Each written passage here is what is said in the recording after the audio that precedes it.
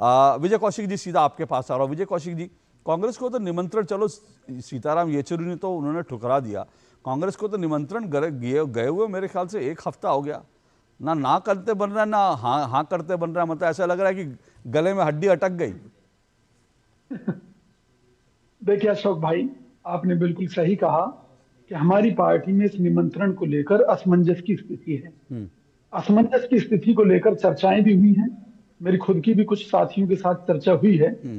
तो चर्चा का मुख्य मुद्दा ये है कि जो संस्था हमारी पार्टी के सीनियर नेताओं को, पार्टी अध्यक्ष को कार्यक्रम में बुलाना चाहती है, वो लाल कृष्ण आडवाणी जी और मुरली मनोहर जैसे जो दिग्गज नेता हैं, जिन्होंने इस मंदिर निर्माण में बड़ा योगदान दिया था, उनको उनकी उम्र का हवाला देकर कह रही है कि आप घर बैठ जाइए। आपने बहुत अच्छी बात कही कि कार सेवकों पर गोली चलाने वाले लोग भी वहां जाना चाहते हैं।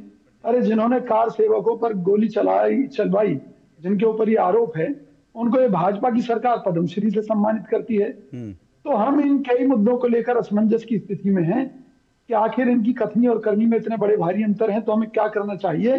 तो उसमें मैंने पार्टी में सुझाव दिया है कि जब कई बार भाई भाई के बीच में अंतर विरोध होता है किसी मुद्दे को लेकर, और भाई कोई फंक्शन करता है, तो उसमें चाहे भाई जाए ना जाए लेकिन बेटे को भेज देता है। यानी कि मोदी जी के भतीजे कोई ना कोई पार्टी की तरफ से, कोई ना कोई हमारा कोई जो अन्य साथी है, नहीं, वो कार्यक्रम में पहुंचना चाहिए। विजय जी 1 मिनट नाम बोलने में इसलिए नहीं जा रहे सर, सही बात क्यों नहीं बताते आप? अशोक भाई सुनिए ना, आपके पास गलत जानकारी है। जय श्री राम कहने में हमें कोई आपत्ति न थी न है। हम भी भगवान श्री राम जी हमारे वंशज हैं निश्चित तौर पर, और उनकी जय जयकार करने में हमें कोई दिक्कत थोड़ी ना है। न सोनिया जी को है, न मल्लिकार्जुन खड़गे जी को है।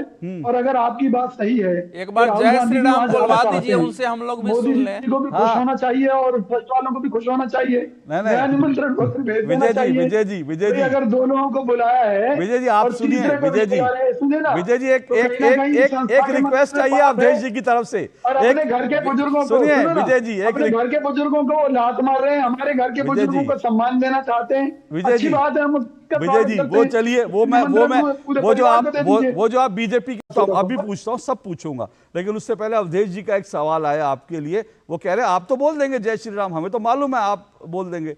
वो कह रहे हैं कि एक बार जरा मल्लिकार्जुन खड़गे उनका कोई बाइट दिखा दीजिए सोनिया गांधी जी का जय श्री राम बोलते हो, या उनसे एक बार बुलवा दीजिए।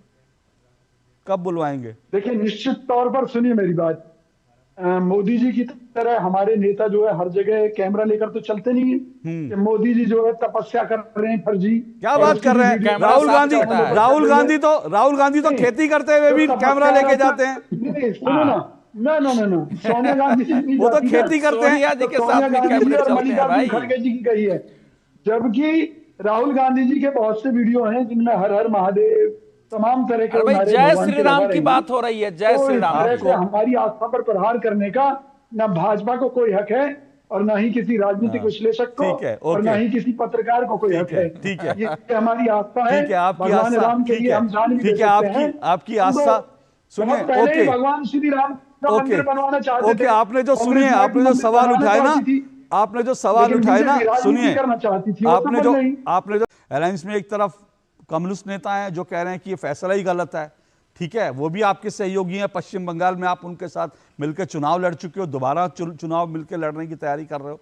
एक तरफ जो है समाजवादी पार्टी है, वो कह रही है कि ये फैसला बिल्कुल गलत है। आप किन लोगों के बीच फंसे हुए हो?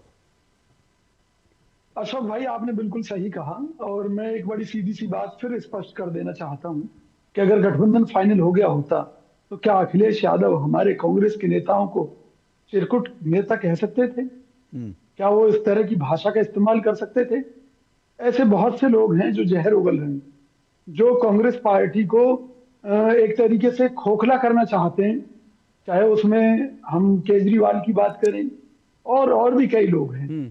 तो इसलिए जब तक सीट शेयरिंग की बात ना हो जाए, जब तक कॉमन मिनिमम प्रोग्राम फिक्स ना हो जाए कि क्या मुद्दे होंगे, हमें किस तरह से एक दूसरे की जो मुद्दे हैं उनका सम्मान करना है, जब तक ये फाइनल ना हो जाए, जब तक कोई गठबंधन नहीं है। एक बार बताइए, एक चीज आप कॉमन मिनिमम प्रोग्राम, तो जल्दी से एक छोटी सी, अभी तो राम मंदिर तो बन ही रहा है, तो कॉमन मिनिमम प्रोग्राम में अयोध्या मथुरा में जो है भगवान श्री कृष्ण के मंदिर का जिक्र होगा कॉमन मिनिमम प्रोग्राम में?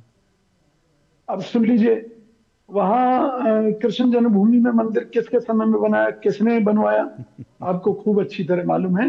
कांग्रेस मंदिर का तोड़ने बहुत की बड़ा बात कर रहा हूँ, योगदान है। बनवाया छोड़ दीजिए सर, सुनिए, अभी तो तोड़ने की बात हो रही है। मंदिर तोड़ा जहां तक किसने? वहां पर, सुनिए ना, जिन्होंने तोड़ा निश्चित तौर पर विदेशी हमलावर थे, उनका इस देश से कोई प्रेम नहीं था। उन्होंने यहाँ की जनता को तलवार की नोक पर हिंदू धर्म से परिवर्तित किया, उन्हें मुसलमान बनाया जबरन। निश्चित तौर पर उन्होंने हमारे मंदिर तोड़े। अब देखिए कांग्रेस पार्टी कहेगी कि विजय कौशिक ये तो भी तय भाजपा होना से मिल चाहिए गया है। कि जो इस तरह के धर्मस्थल हैं जहां हमारी आस्था है, विजय जी गलत उन जगह, मुद्दों को विजय संसद में प्रस्ताव लाकर, विजय जी गलत जगह पे विजय आप भाई खड़े अब हो। कांग्रेस के चाहिए। लोग कहेंगे, सुनो कांग्रेस के लोग नहीं, कहेंगे ये तो मैं सही जगह भाजपाईकरण खड़ा हो गया हूं। इसका। सुनिए, अब चाहे सुनिए, सोमनाथ मंदिर का कांग्रेस का उद्धार जो कराया हो, मुख्यालय है ना, जो कांग्रेस का कांग्रेस ने मुख्यालय कराया। है वो अकबर रोड पर है, और उसके बगल में बाबर और उसके बगल में औरंगजेब रोड है। और वो कांग्रेस सरकार नहीं, जिसको आप कह रहे हो ना आप विदेशी समझे नहीं ना? आक्रमणकारी, नहीं। वो कांग्रेस सरकार ने वो सुनिए, नामों से नवाजा उन सड़कों सुन को, तो लीजिए, समझे आप? सुन तो लीजिए, नामों से सुनिए ना, नामों से इसलिए नवाजा उन सड़कों को कि उन सड़कों पर हम लोग थूक सकें, उन पर चल सकें, वाह, उन्हें वाह, कुचल वाह। सकें, हम उनसे बदला ले ये सकें। बहुत सही। ये हमारा अपना एक तरीका है। आलोक जी सुन रहे हैं, आलोक जी ये भाजपाईकरण हो गया।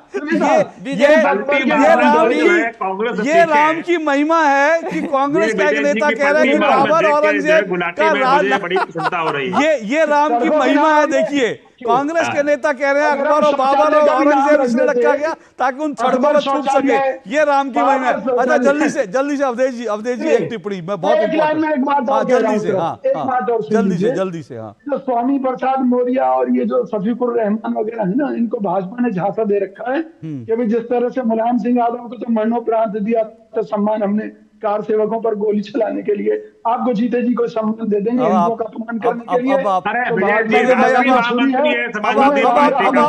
अब आप चड्डू खाने की खबरें सुन